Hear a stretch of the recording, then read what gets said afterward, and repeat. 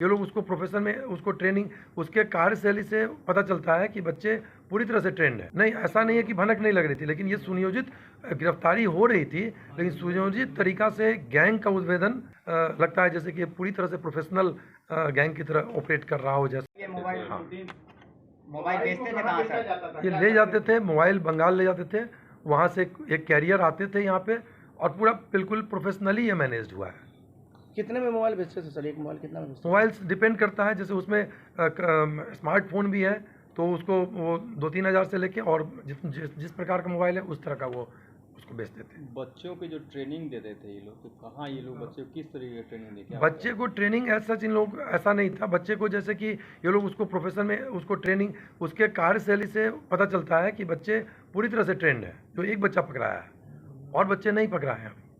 इतने 2-3 वर्षों से हो रहा था घटना, क्या रेल पुलिस को इसकी भनक तक नहीं लगी थी? नहीं, ऐसा नहीं है कि भनक नहीं लग रही थी, लेकिन ये सुनियोजित गिरफ्तारी हो रही थी, लेकिन सुनियोजित तरीका से गैंग का उद्भेदन, महिलाओं के गैंग का, ये पहली बार हुआ है। इसमें महिला टीम शामिल थी आप लोगों की? हाँ, महिला टीम भी थी, सब सभ्या कुमारी रेल थाना जहानाबाद से और भी स्टाफ है टीम के मेंबर, और काफ़ी मेहनत टीम के द्वारा किया गया, क्योंकि बीच में जो आसूचना संकलन हुई उसी से पता चला कि ये एक गैंग की तरह इसमें कार्य काफ़ी दिनों से है। मोनू कुमार SHO है वो जहानाबाद में, इससे पहले भी बहुत अच्छा काम हुआ था वहाँ पे जनवरी महीना में, जिसमें कि सुनियोजित तरीक़ा से 6 लोगों को पकड़ा गया था, लेकिन एक एक करके वो पकड़ाया था, रिकवरी भी हुआ था।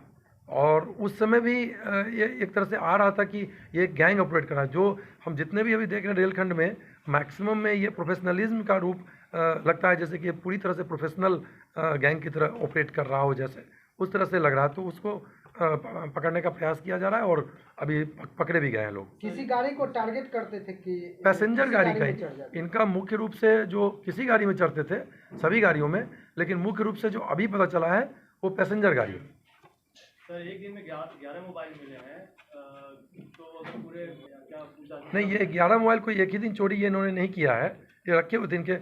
इनके पास से 9 मोबाइल मिला, जो कि विभिन्न तिथियों में चोरी की गई है, विभिन्न ट्रेनों से।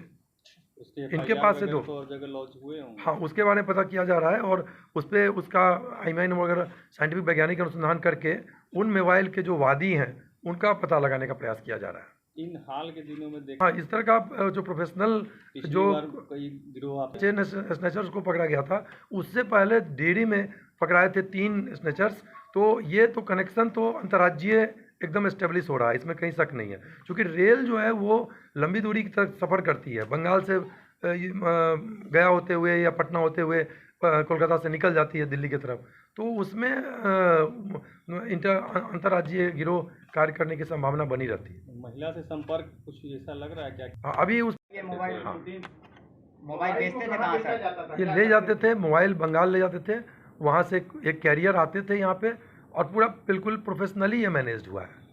कितने में मोबाइल बेचते थे सर? एक मोबाइल कितना में बेचते मोबाइल्स डिपेंड करता है, जैसे उसमें स्मार्टफोन भी है तो उसको वो 2-3 हज़ार से लेके और जिस प्रकार का मोबाइल है उस तरह का वो उसको बेचते थे। बच्चों की जो ट्रेनिंग देते थे ये लोग, तो कहाँ ये लोग बच्चे को किस तरीके की ट्रेनिंग देते? बच्चे को ट्रेनिंग ऐसा इन लोग ऐसा नहीं था। बच्चे को जैसे कि ये लोग उसको प्रोफेशन में उसको ट्रेनिंग उसके कार्यशैली से पता चलता है कि बच्चे पूरी तरह से ट्रेंड है। जो एक बच्चा पकड़ाया है और बच्चे नहीं पकड़ाए हैं।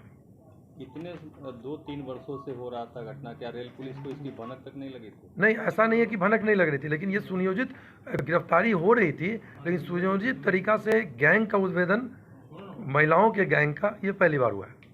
इसमें महिला टीम शामिल थी आप लोगों की? हाँ, महिला टीम भी थी, सब सभ्या कुमारी रेल थाना जहानाबाद से और भी स्टाफ है टीम के मेंबर, और काफ़ी मेहनत टीम के द्वारा किया गया, क्योंकि बीच में जो आसूचना संकलन हुई उसी से पता चला कि ये एक गैंग की तरह इसमें कार्य काफ़ी दिनों से है। मोनू कुमार SHO है वो जहानाबाद में, इससे पहले भी बहुत अच्छा काम हुआ था वहाँ पे जनवरी महीना में, जिसमें कि सुनियोजित तरीका से 6 लोगों को पकड़ा गया था, लेकिन एक एक करके वो पकड़ाया था, रिकवरी भी हुआ था।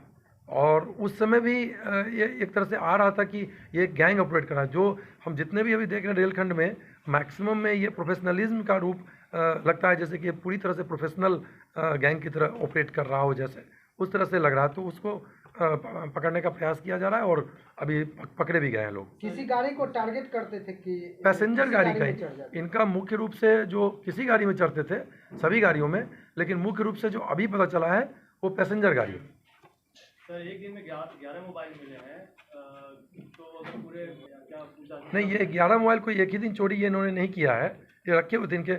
इनके पास से 9 मोबाइल मिला, जो कि विभिन्न तिथियों में चोरी की गई है, विभिन्न ट्रेनों से।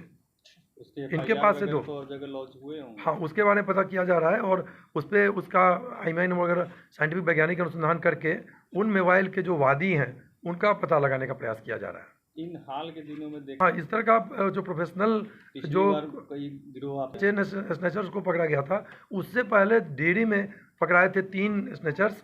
तो ये तो कनेक्शन तो अंतर्राज्यीय एकदम एस्टेब्लिश हो रहा है, इसमें कहीं शक नहीं है। क्योंकि रेल जो है वो लंबी दूरी की तरफ सफ़र करती है, बंगाल से गया होते हुए या पटना होते हुए कोलकाता से निकल जाती है दिल्ली की तरफ। तो उसमें अंतर्राज्यीय गिरोह कार्य करने की संभावना बनी रहती है। महिला से संपर्क कुछ ऐसा लग रहा है क्या? हाँ, अभी उस पर हम लोग काम कर रहे हैं, अभी वैज्ञानिक अनुसंधान चल रहा है। इंटर गैंग जो अभी पकड़े गए हैं कुछ दिन पहले 8, उनसे एस्टेब्लिश करने का प्रयास किया जा रहा है।